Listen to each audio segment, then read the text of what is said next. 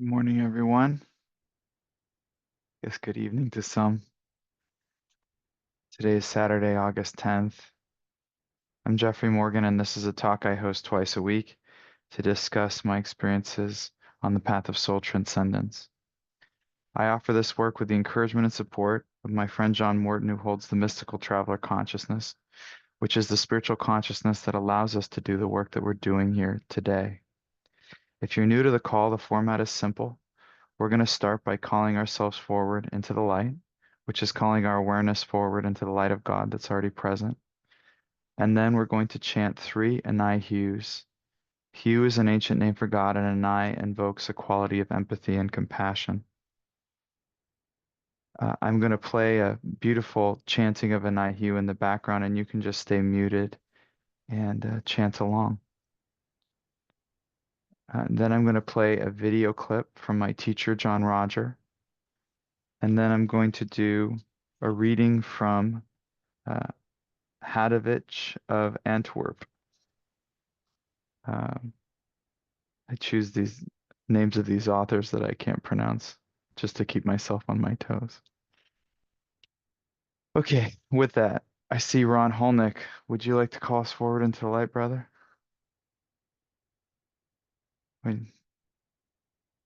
You got to unmute yourself first, though.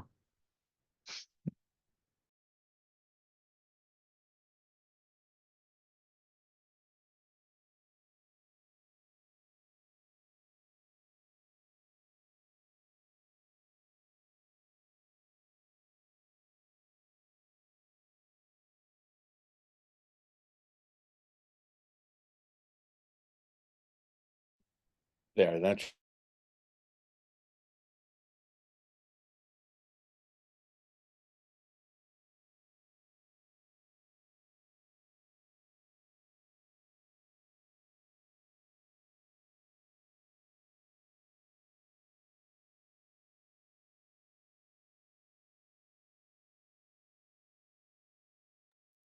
Jeffrey, you're muted also, just so you know. Hi. hang on. There you go. You're good. Go for it. Oh, yeah, I can hear me now? Yeah, you're good. There you go. Yeah, go Okay. for it. See, Mary, you just walk in the room and the whole thing gets healed. She has that effect. Yes. All right. Lord God of all creation. We asked just now that we all open ourselves up into the awareness of the living love that is already present and in fact is our very essence. Lord, we ask to be filled with that awareness of your presence and that we are in fact in you. And that is true all the time, under all conditions. And for this time together, Lord, for which we are so grateful, we give our thanks. So be it.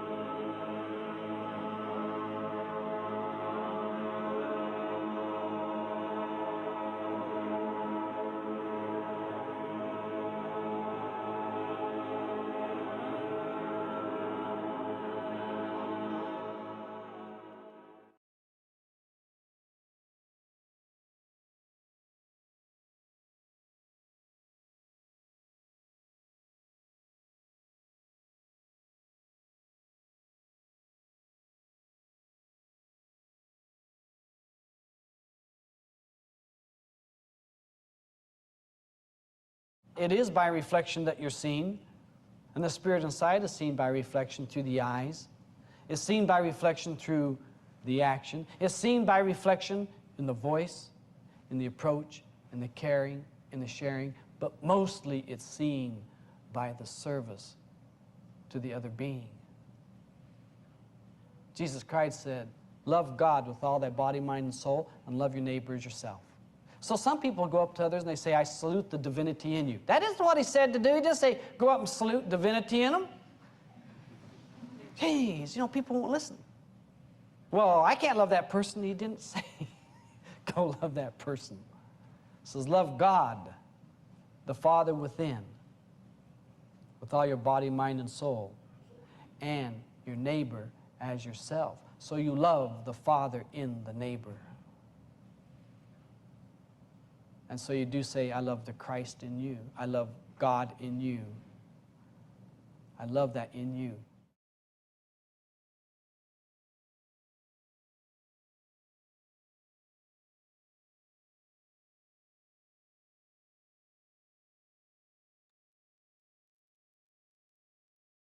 All right.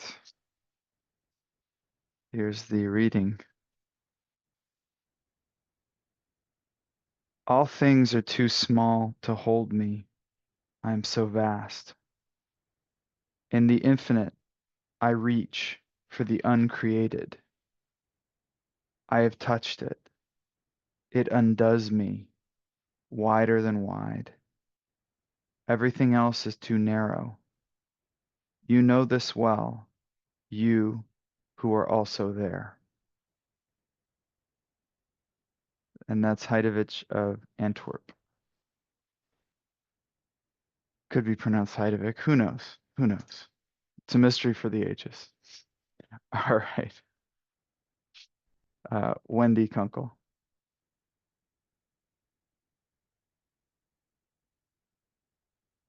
Good morning, Jeffrey.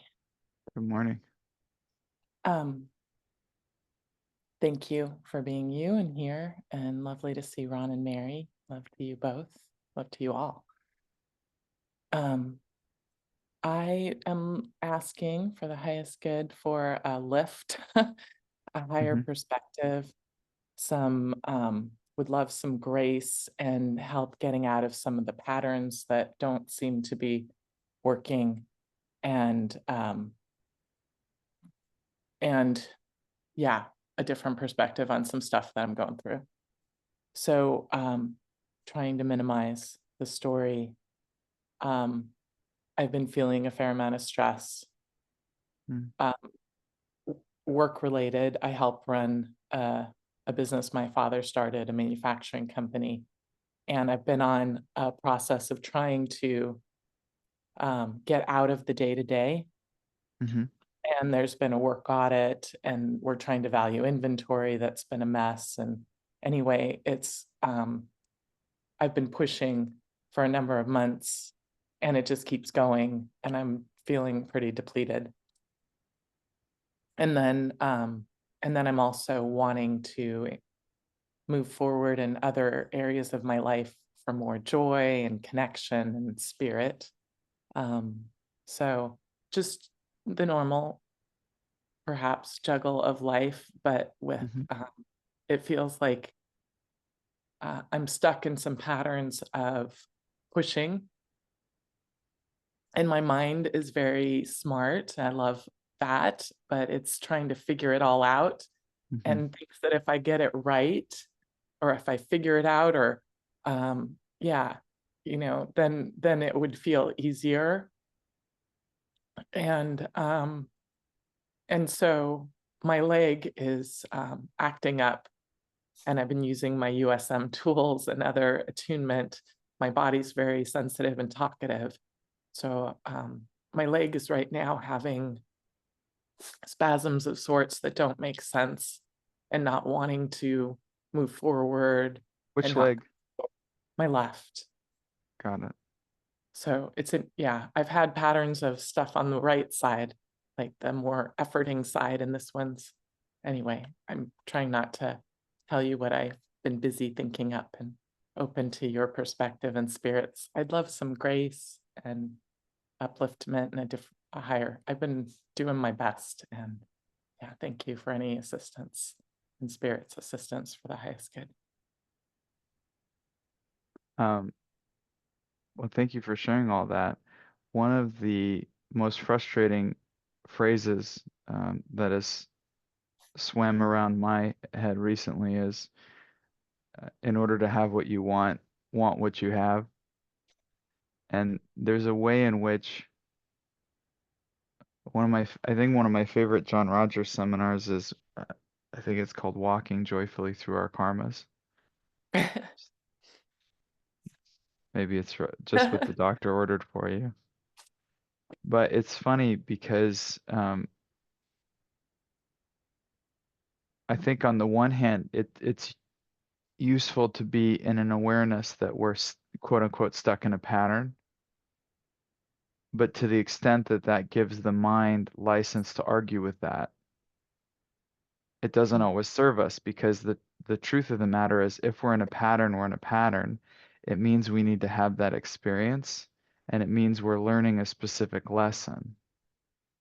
And so I often go to the first law of spirit, acceptance, and the second law of spirit, cooperation, to say, look, I'm in this pattern, Lord, and there's a way in which the world brings us to our knees. And in the words of Imam Ali, one of the students of Muhammad, we're then in a perfect position to pray. So it's very interesting to observe the ways in which we argue with reality, rather than, so the problem is when we start to pull out and zoom out and say, I'm in a pattern, and go meta and interpretive, in a sense, we disengage with the opportunity and the gift of what's present in the moment. Oh, look, you're celebrating. You're celebrating. I stole I love that, that. definitely. I don't know. It's really funny. Um, what I've often done is I've related to things that I'm going through as something that I'm to endure, on the way that something that is for me, rather than recognizing that which I'm quote unquote enduring is actually the gift that God is giving me for my liberation. And I find that there's a way in which my mind seeks to zoom out and make sense or interpret my reality, or decide that I know how life works or how the world works. But oftentimes the only truth I can find is in the present moment. So in a sense, if I'm having an existential and meta reality kind of argument with my life, it means that I've zoomed out a bit too far. Now, there's a good way to zoom out called spiritual exercises. That's a way to zoom out where you see the truth of God's presence in all creation and the mystical traveler running through all of it. And you start to know yourself as the beloved. That's a great way to zoom out. But the zoom out that we do with our mind is an attempt to think that we know something that we don't. And when I say thy will be done, if I mean it, that means, what if thy will is I'm going to do this pattern the rest of my life? And can I be okay with that? Mm. But like, for example, in my own life, there's this yearning in my heart to cloister myself in a monastery and just do the God thing all day. But the gift of my karma out in the world, which has pulled me despite my best efforts, it's like I'd be like, oh, I'm just gonna study this and spiritual whatever, and then all of a sudden I'm in law school. It's like I don't want, I don't like that stuff. I'm not interested in the world. Why do I get? And I'm not interested in money and status and, competitiveness. And somehow I'm in a bloody startup doing partnerships for them. I don't, I wouldn't say I like that karma, but I have this awareness that I do have a karma out in the world. And you may have a karma that you're completing as something that you agreed with your father on the other side. I'm going to complete this karma for you, beloved. Or you might simply have an out in the world karma, and this was the most merciful way for you to complete it. Because I'm sure there are other ways you could have completed an out in the world running a business karma that would have been less enjoyable for you. So there's ways in which we create mythologies about our life And usually it comes from a notion of what good karma and bad karma look like. Like, oh, I'm doing my good karma when I get to go to a PAT training, and I'm doing my bad karma when I have to sit in an auditor's office talking about what this inventory costs and all of that. Like, and I've created a hierarchy in my head of, well, God's over here and not over here. And I've actually found that the blessing of me, and this is me doing the victim thing, it's real fun to do that. I mean, if you're gonna go victim, you better just like dim the lights, play the right music, and go full victim. But I'm forced out into the world by my karma, but that is also through my deep yearning for closeness with God, forced me to find God out in the world too. And it's like, oh, even in a boardroom, absolutely. Out of God comes all things. But how did I do that? Because when I externalize, I get the opposite effect. Well, what I discovered is we are programmed and inculcated to go outwardly in response to a physical challenge. So if I have this physical problem, I immediately have I need more money here, I need more food there, I need this relationship or this sex over here, and that's how I respond. But I had to train myself to immediately go inward and say, what is the part of me that is coming up to be freed or healed or cleared through this experience? And so everything became medicinal. And so when I had a very antagonistic relationship with my karma, where I would go, oh, this thing is happening to me, and I had to shift that to everything's happening for me. But the problem is most people take that and they do like the personal growth thing and then they go, "Oh, it's happening for me so that I can have this better experience later." It's like, "No, this is happening for you because it is the exact medicine that has been given to you for your freedom and clearing and healing right now." And so, in a sense, this antagonistic relationship with my karma shifted into a deep friendship. And the mind shifted from this antagonist and this enemy to the one that brings me those karmas. I mean, the mind is such a keen and effective bloodhound to sniff out our karmas. It's like, hey, what are my karmas? Well, what are you thinking about all the time? That's probably that.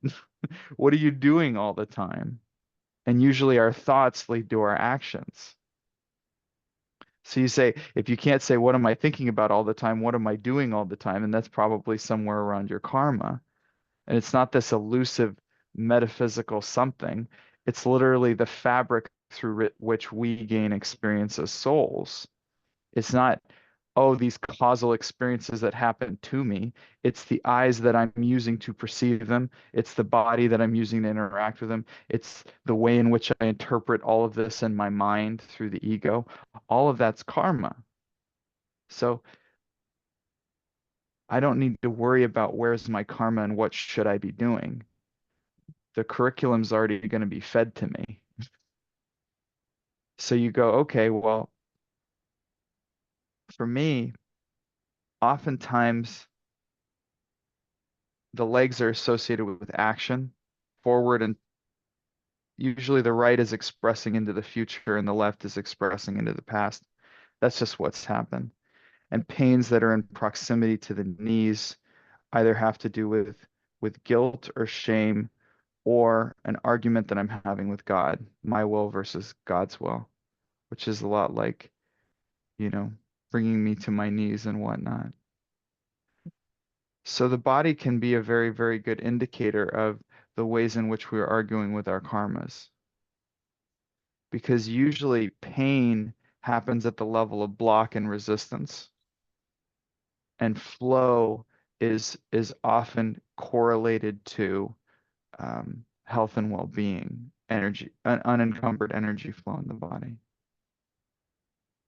So if you have that as an indicator, if you it's interesting because I've always been quite sensitive physically too. And on the one hand, you go, well, I just can't eat what other people eat. How come I always have to have the special order when we go to lunch? And then you feel kind of left out. But on the other hand, it's like You're getting an early warning system of what does and doesn't work for you on a cellular level. So the benefit of that is other people may not notice because they're toughing it out and they're strong, and then they wake up at age 50 and they do a blood test and it's just an absolute mess. And it's like, wait a minute, I've been strong for all these years. But folks like us are getting those early warnings. But the same is true energetically. I know people who they're like a flexed fist. They're carrying all this stuff all the time on all these levels of their body, their etheric body, double and different levels of their consciousness, and they're completely unaware of it. Me, I pick up something and I go, oh wow, a headache. I don't like that, right? So I look at that and I go, that's a real blessing. Sensitivity can be a blessing if we use it in a blessed way, which means we don't create a shrine to it. We don't obsess about it. We just use it as a tool for awareness and go, wow, my body's doing this or my consciousness is doing that. But you observe it and go, oh, it's not that this thought is about what I'm supposed to work on. This thought itself is what I'm working on. You get that? So you pull back from it and you go, oh, I have a thought that says I'm trapped. I have a thought that goes, and I have a story that goes, I'm trapped in a pattern. But the truth is, you don't really know. You don't really know if you're trapped in a pattern. You just know that there seems to be a force that pulls you to a specific desk at a specific time, and that you're asked to solve problems for people. But you also don't know why. You may have karma with those people, and you may be completing that karma in such a beautiful way through this blessed vehicle called your father's business. I think that a lot of suffering in my life also comes from my thinking that I know things that I don't. And it's kind of like, what's my level of concern? What's God's level of concern? And judgment is certainly not my level of concern. That one gets me into a lot of trouble. When I decide things are right and wrong, I don't really have the requisite information to know if things are right and wrong in many ways. I mean, in the moral sense. Only one is God. I mean, God has the requisite information and knowledge to actually judge stuff, but guess what? I've never noticed any judgment when I've been in God consciousness and the soul realm and the things of that nature, when I've had experiences of the soul and beyond. I I've never seen judgment up there. And frankly, I've never seen separateness in there. So what would you judge? So it's kind of ironic. And I think the discipline comes in when you go, okay, what's my level of concern? What's God's level of concern? What's, or another way to say, is that is that thought process and judgment and story beyond my pay grade? Is that out of my wheelhouse, right? Because the things that we know are the breath, are the presence, are the one that God placed in front of us to love. It's like, I don't know how to love everyone in the world, but I know how to love you, and I know how to serve you. And it becomes this very simple process. That's why I say my ultimate prayer when I'm praying, I usually say something like, Dear Lord, for the highest good of all concern, let my vision be no greater than the next one you give me to love and serve. Because that's what keeps me out of trouble. This one's really good at getting me into trouble. But when I just let go of the story and I go, oh, look, next, there's the next one I'm to love and serve. And that's an end in itself. Loving and serving the one in front of me is not a means to an end. It is the purpose. It is the purpose of my life in that moment. And then I move on to the next one, and that's the purpose of my life in that moment. But for me, the suffering always happens at the level of my story. And freedom on this level, I mean, true liberation happens at a level beyond the mind, but on this level, liberation feels a lot like a storyless existence. If I don't need a story and I can just move into loving and service, then I'm usually in a good spot and I don't suffer. But I mean, even this week, I was doing this kind of suffering with myself, like, oh, maybe these people don't like me and they don't appreciate me and they think I'm stupid. Yeah, that story worked for exactly 0 seconds. But I still perpetrated it on myself because I still have that karma. So I'm not saying this is about perfection because perfection isn't what this level's about. I mean, you could say excellence is about what this level's about. We're not here to perfect this karma. We're here to complete and go home.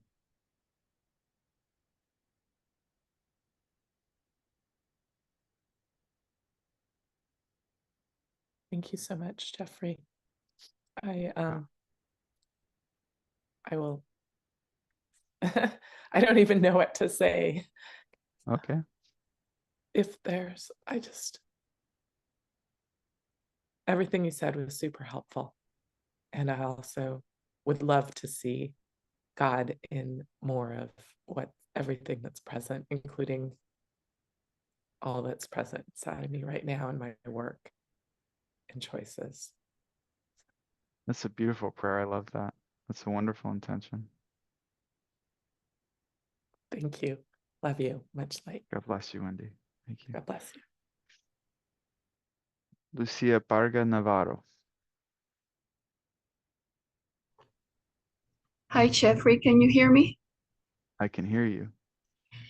Okay, what you said has helped me. What I'm working on, especially when I'm translating and doing any type of service, is this fear that comes that it's almost like I'm gonna get killed or really something horrible is gonna happen. But I push myself into keep on serving. And my pattern is I love to hide. To me, hiding and not being seen or heard is my comfort zone. But a spirit comes forward to me and says, "You gotta, not that I gotta, this is available for you." And I know it's my freedom to keep doing because I hope one day that I'll be able to let go of this fear. So I know your suggestions are great. Is there anything else you can tell me that can help me or that I can use? Um,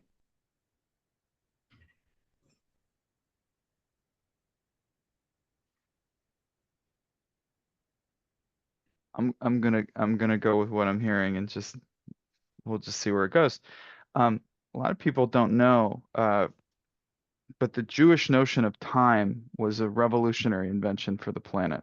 And I'm not just saying that as like a proud, you know, member of the tribe, but in fact, linear time was not a given. Um, Ancient civilizations looked at things as cycles over and over and over, which is, by the way, very convenient for the call power in retrospect. But yeah, cycles.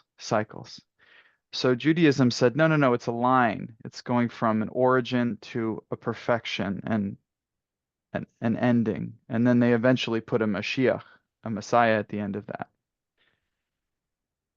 What a lot of people don't know is that the Jewish conception of time is not linear, but actually more like a corkscrew. And the corkscrew is each time you do a holiday, you're literally celebrating with your ancestors. So if you celebrate Shavuot, you're actually standing with all of your ancestors waiting for Moshe Rabbeinu, Moses, to come down the mountain, right? Right. In fact, that's a very accurate notion of kind of human consciousness, human psychology, and what most people don't understand. We talk a lot about past lives, but that itself requires a construct called present and past. But within the consciousness, I experience it all simultaneously. And when I'm working with people, what they don't realize is they're still, so it's like if you're speaking up, speaking out, and allowing the spirit to speak through you, you're also having that experience simultaneously with the you that spoke out that was then burned at the stake. Exactly. That's what it feels like. Right, and it's sandwiched together. So what happens is there's a way in which the consciousness a lot of clearing and release is about updating the consciousness to present. And clear is the degree to which we are born anew in each moment. The degree to which we are anachronistically referenced to a past identity or beingness is the degree to which we are being affected by the karma. So I'm talking more of an identity memory construct. There are actions that were put in place in the past, and those also are present in the karmic field. Do you see that? So we talk about past and present like they're not happening at the same time, but there's a strange energetic simultaneity where you talk about that which you're doing as if it's original to this lifetime, when much of what we do are completions of actions in past lifetimes. And those actions are equally present within the karmic field. And within the karmic field, we have this thing called choice.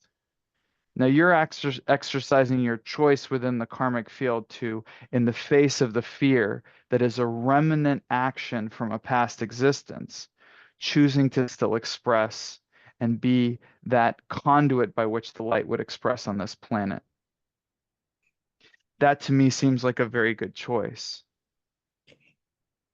And at the same time, are we perpetuating the suffering by not completing the action of the past?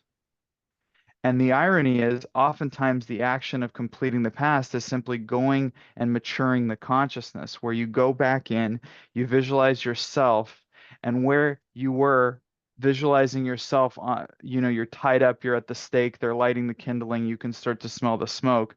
All of a sudden, Jesus Christ appears, pours a bucket of water, unties you, and says, "Now don't you do that again," and then takes you off into the sunset. And then all of a sudden it lifts. Yeah. Yeah. Did you feel that? Yes. Of course you did, because that's what happened. Memory is not, the process was seeking a completion, and instead of giving it its completion, you fight it. But in fighting something, you actually validate its existence. It's like all these people saying, "Oh, I'm so angry at my father. He never apologized to me for the things he did to me." It's like, go back inside, sit with him, sit with JR, and talk about how much you'd like an apology. And I bet at a certain point, after JR's pulled off a sufficient number of demons, your father will in fact apologize to you. And in fact, you'll say, "I don't need an apology,"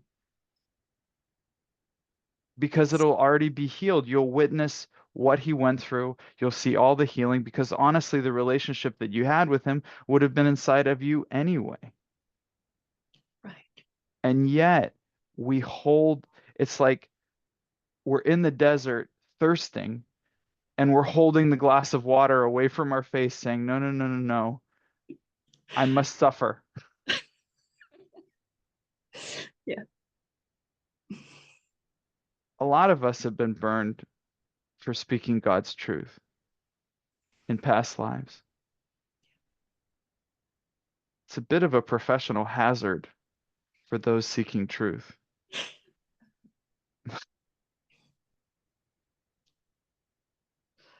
You know, irony is a part of this existence. Yeah. How many Pharisees does it take before we can finally decide that we'd like to allow people to claim their heritage as God? What is enough? And somebody claiming their heritage as God is not a threat to me or a threat to anybody else, because it's all of our heritage. And yet, the system that was set up under the Luciferian plan, it's like a body with an immune system, and those white blood cells will come after us because we're doing this work, and that's fine. Okay. They're doing its job. It's doing its job. That's why we call them the loyal forces of the opposition. We don't call them the enemy. We call them the loyal forces because they're being loyal to what they believe God's will is. I don't think Lucifer is going, oh, a rebellion against God, God is wrong. I think he believes he's serving God too. I had the most interesting vision one time when I was in meditation. I was standing before the most radiant form of Shiva called Ishwara. It's like the highest manifestation of Shiva. And, it's like the many arms and the whole thing, like, oh my God, so amazing. Like he was showing like this manifold beingness, even though Shiva is usually not portrayed with all the arms and stuff. But what happened in the vision was he was big and radiant, then all of a sudden the radiant form of the traveler appears on the right in purple, and he drops to his knees and then drops to the ground and crawls over and kisses the feet of the radiant form. And then it occurred to me as even the negative power bends a knee in the presence of the mystical traveler consciousness. And it occurred to me that these negative forces are not my enemy. They're not. Yeah. And it's like, I'm not going to follow Lucifer. But I may give him a kiss on the cheek on the way out. Hey, thanks for doing a great job, man. You really gave me a run for my money. Sayonara. And and I it's a strange thing, but I pray. It's like if I see a demon, my prayer is, may they remember themselves to God. We can pray for the negative forces. We can pray for the ones. There was Jesus's brother, James the Just. They used to call him camel knees. Yeah. They called him camel knees because his knees were so calloused from being on his knees praying in the temple for all the people who were persecuting Jesus and praying for all those people who would do the followers of Jesus harm.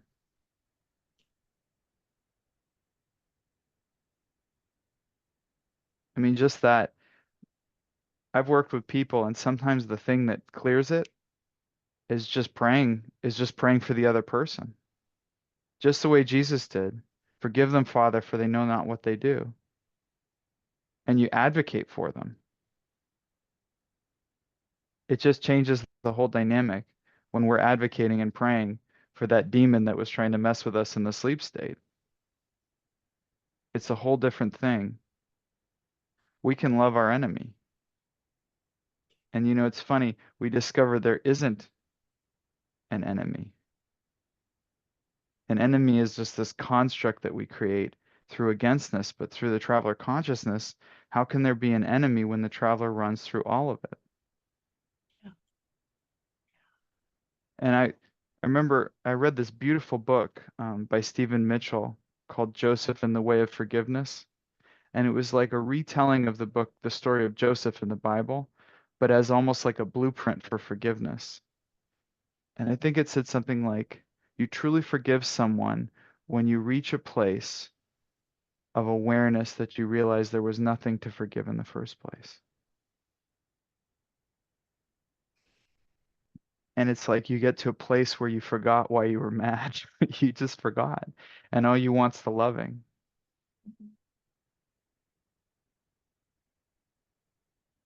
So there's a way in which you can go back into the things that affected you, like follow the breadcrumbs and find those scenes and those moments in history or whatever happened to your basic self or the body consciousness or anything, and you find that. And there's a way in which you can be the forgiveness for all of it. Because as much as you might have been the one being burned who was saved by Jesus Christ, which is beautiful, we can also pray for those who would burn. And you can do self-forgiveness as the one who was burning people. Because in truth, we've been all of it. We are all of it because we're all God in that. Yeah.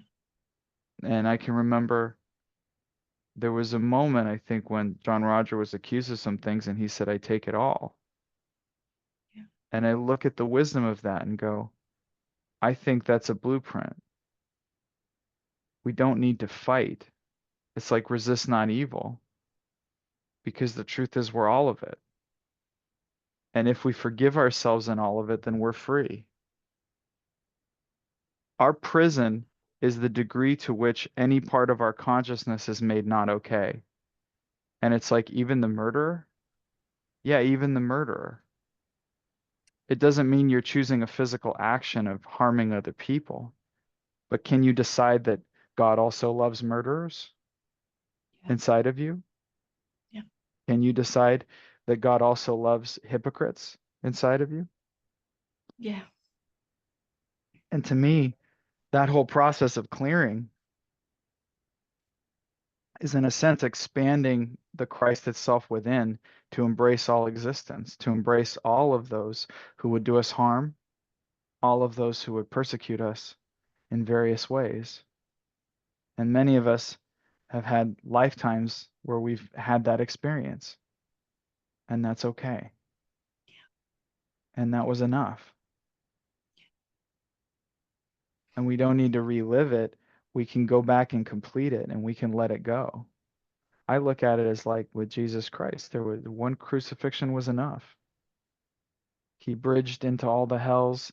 He liberated all of us in one fell swoop. That's enough. I don't need to go get crucified. I can go get healed all the time. And as I find different parts of myself that are not yet healed, that just becomes my opportunity to clear that and go into remembrance again, remembering that I am already God. Yes.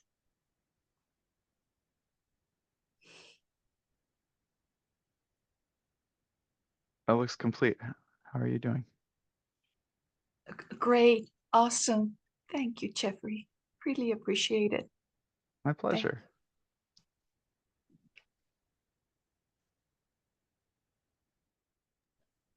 Erica. Good morning, Jeffrey. Thank you. So I have a question about relationships. Okay.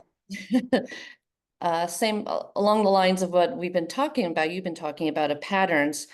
I'm in this place where I'm feeling really good about myself. I've been probably single for about 5 years, and I almost feel scared, have some fear about my karma, because my last relationship, it was wonderful in the sense of so many lessons and so much love and forgiveness for myself, all of that stuff.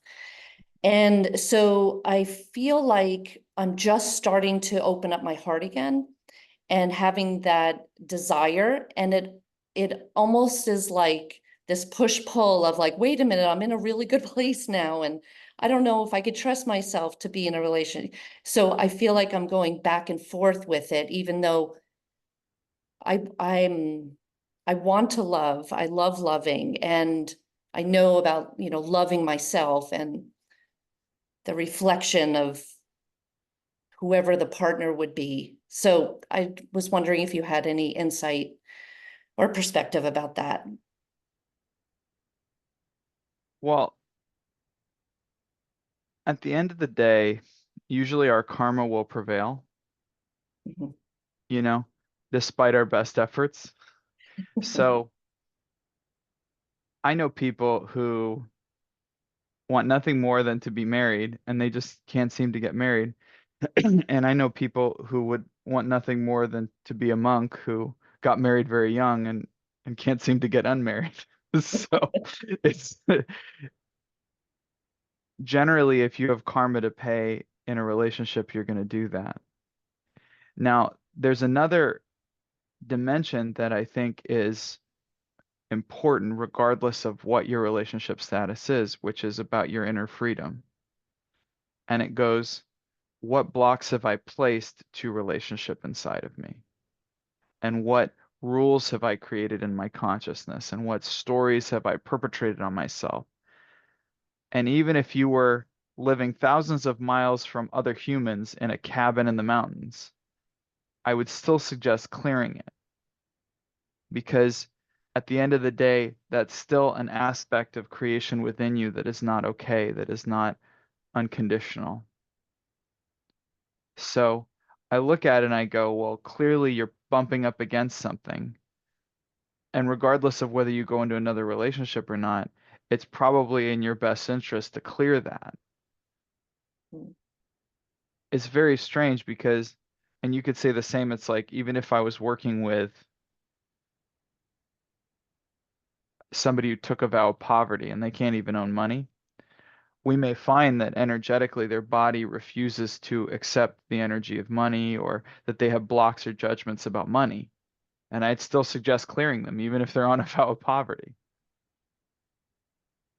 I mean, maybe I'm masochistic in that sense. I seek out the levels that I have blocked. I seek out those levels that I have declared not okay, and I work on those first. One thing that often holds us back in relationship or causes us to repeat patterns of relationship is incompletes in relationship. So, for example, we might have a marriage or something like that, or a long-term relationship where there's some things we did that we somewhat regret, or things that they did that we somewhat regret, or we may have judgments or incomplete expression. We may have things that were never said. I find it's very useful to go back into that and just do those things in the consciousness. Just go back inside of myself, and whatever is incomplete, I go in there with Lord Jesus Christ, with John Roger, I complete that. Because the incomplete action will usually seek out another form of completion. That's why what'll happen is if somebody doesn't really complete the action within themselves, or if they have a real juicy karma that take a lot of years to clear, they'll divorce one person and then they'll marry another, and then you'll find that it's the same person, because karma attracts. So all those parts of them saying, "Oh, I really want to, I really need to complete myself. Who are you going to find me that can do this?" And it just so happens that if you have a lot of the same incompletes that you had when you entered the first relationship, that's probably going to go ahead and create the second one in its image, because they weren't complete. Karma, what it occurred to me that karma, in a sense, as an energy action, is very impersonal.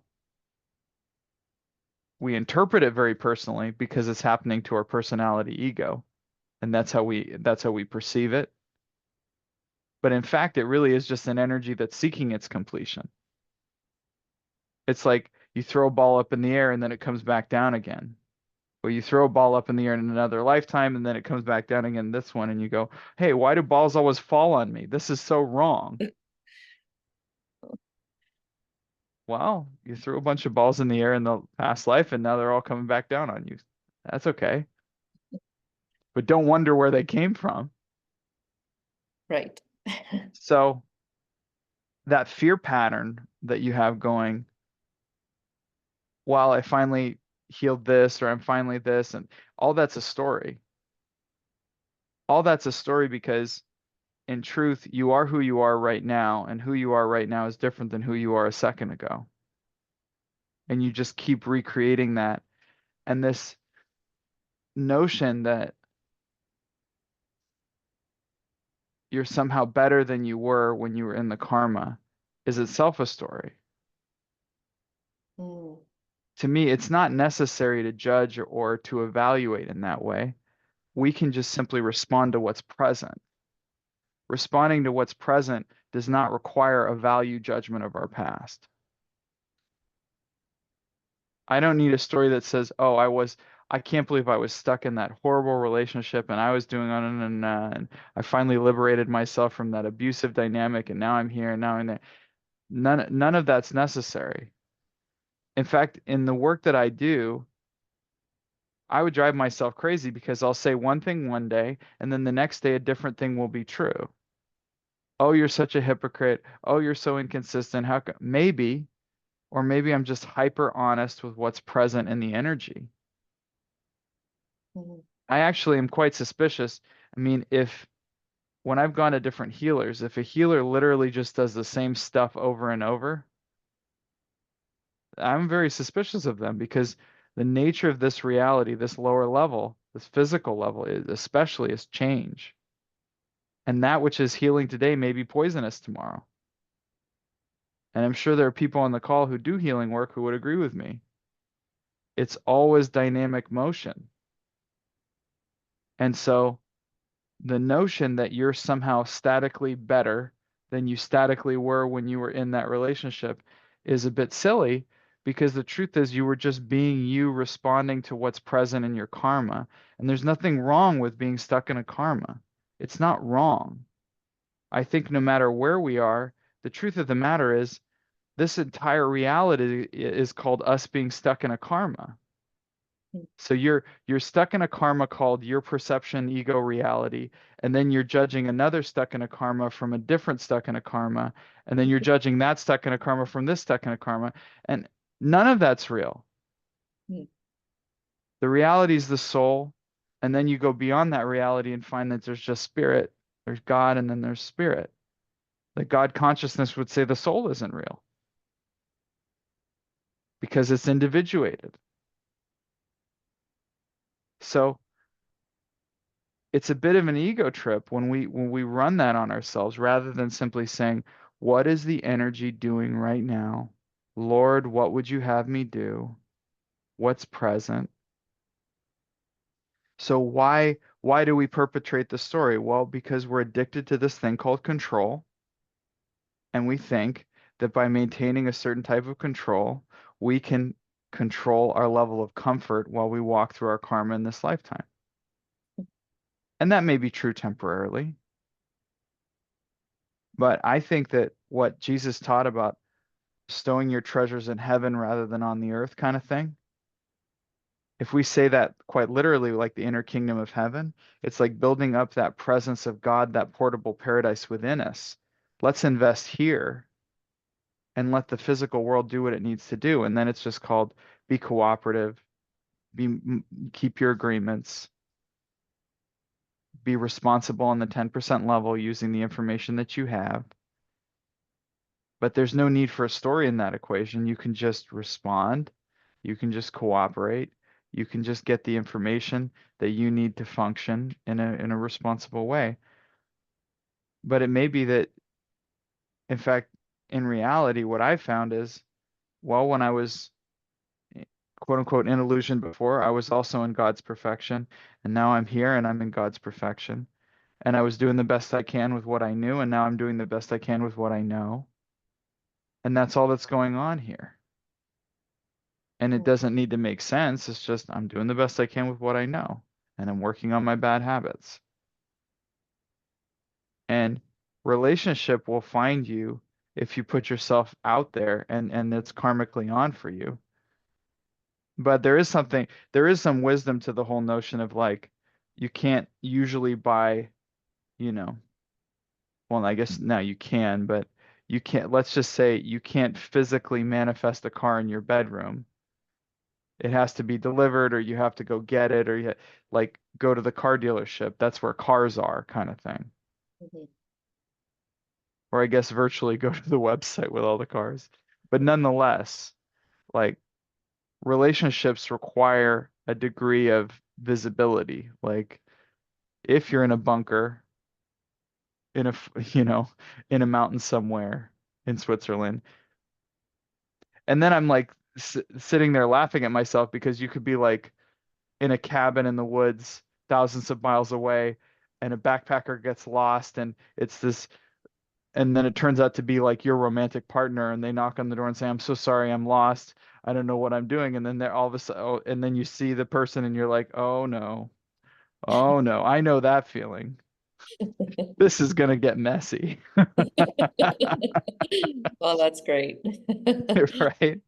Uh, And this whole notion that you can hide from your karma, like, oh, I don't know if I'm ready for a relationship. I'm going to avoid a relationship. That's a funny one. That's really funny. You think that you control your karma. That's it's definitely not original. There's a lot of people who think they can control their karma, including me, from time to time.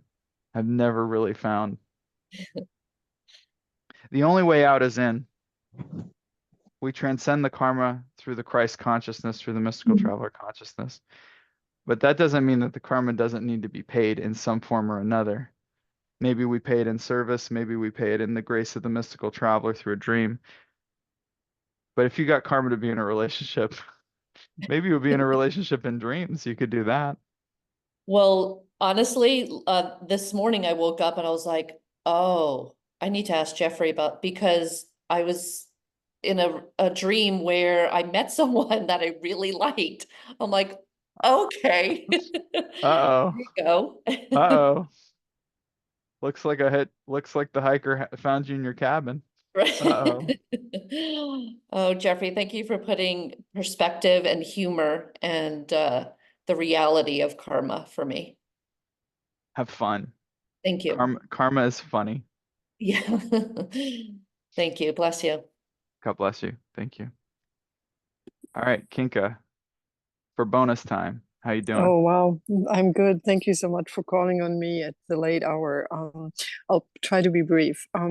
It's similar. I think it has something to do with fear and change. I applied for a new job and I was offered a new job, and now I'm really struggling because I should be taking it. It's sort of the whole notion about, well, you have to give up the Weasley peanuts in order to get the bigger thing. It it means like moving to a different countries, into a new different pension system, and at my age type of all these questions. And all of a sudden I'm just I've overwhelmed with, gotten in the past, what hangs me up is like there are certain topics, you could call them sacred cows in our society. And yeah. one of those sacred cows is career, and another one would be like money. So I've worked with people who are struggling and struggling and struggling. Oh my God, what should I charge for my services? So I have a different approach. I say, what's energetically clear to charge for your services? Because what you want is a clear exchange of value that doesn't leave a bunch of karma at the end of it. Mm-hmm.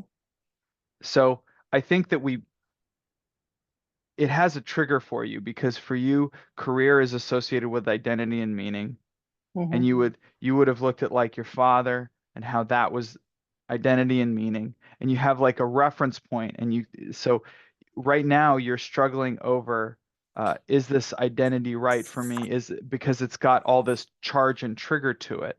When the question is the love moving there? Mm-hmm. Mm-hmm. Is the love Yeah. flowing in that direction?